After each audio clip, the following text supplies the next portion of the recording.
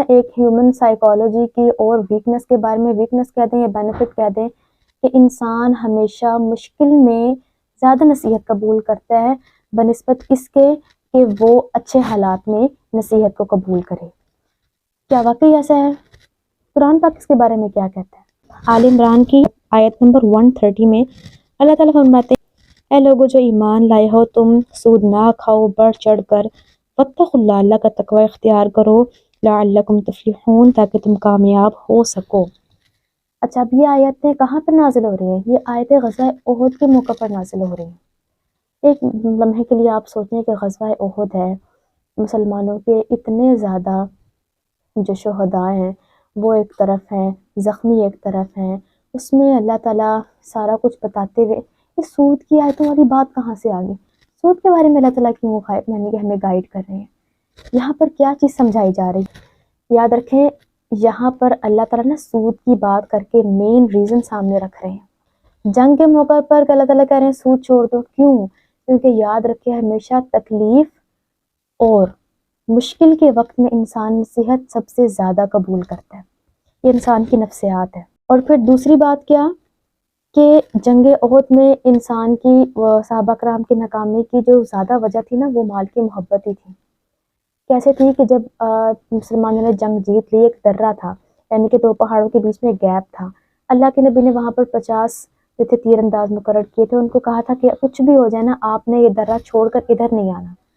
ان کو اللہ کے نبی کا حکم سمجھنے میں تھوڑی مشکل ہوئی، کشمکش کا شکار ہوئے کہ اللہ کے نبی نے یہ کہا تھا کہ جب جنگ ختم ہو جائے پھر آ سکتے ہیں. کچھ نے کہا کہ نہیں، اللہ کے نبی نے کہا تھا کہ کچھ بھی ہو جائے چھوڑنا نہیں ہے، چاہے ہم جنگ جیت جائیں. وہاں پر مال غنیمت سارا اکٹھا ہو رہا تھا، مال بڑھ رہا تھا. مال کی محبت تو ہر انسان کے دل میں ہے. حب الشہوات من النساء والبنین والقناطیر المقنطرۃ، ٹھیک ہے، اللہ نے خود ڈال دی محبت شہوات کی، عورتوں کی اور ڈھیروں ڈھیر مال کی. یہ نارمل ہے.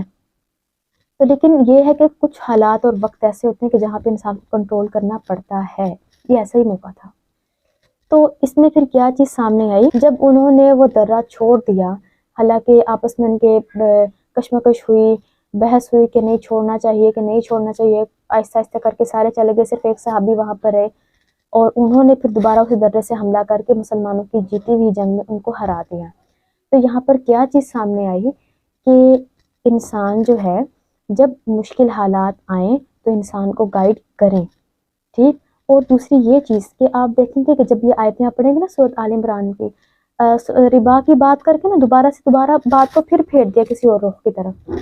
یعنی آپ مشکلات میں انسان کو گائیڈ تو کریں لیکن تھوڑا سا، یہ نہیں کہ ایک بات کو لے کر بیٹھ جائیں اور اس کو دن رات آپ سنا رہے ہیں. اس میں انسان کے پھر بگڑنے کے چانسز زیادہ ہوتے ہیں. ایک انسان مجبوری میں ہے، آپ اس کا بار بار ذکر کر کے اس کو مینٹلی طور پر آپ اس کو اور زیادہ پریشان کر رہے ہیں، پھر سامنے والے کو لگتا ہے کہ اس انسان نے میرا مذاق ہی بنا لیا اس چیز کا، پھر وہ انسان اس چیز میں ڈھیٹ ہو جاتا ہے.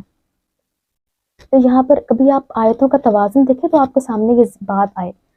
میں ضرور کہوں گی کہ قرآن پاک کو پڑھیں، اس کی اپنی زبان میں پڑھیں، اس کو سمجھ کے پڑھیں، ٹھیک. تو یہاں پر پھر کیا چیز سامنے آئی کہ دو چیزیں کہ انسان جب مشکل میں ہو اس کو آپ گائیڈ کریں، اور دوسرا یہ کہ بات کو بہت زیادہ طول نہ دیں، بار بار نہ کریں، ایک دفعہ بتا کے اس انسان سے نارمل روٹین کی بات کریں. وہ انسان بہت جلدی نصیحت قبول کرے گا اور آپ کو شکر گزار بھی رہے گا.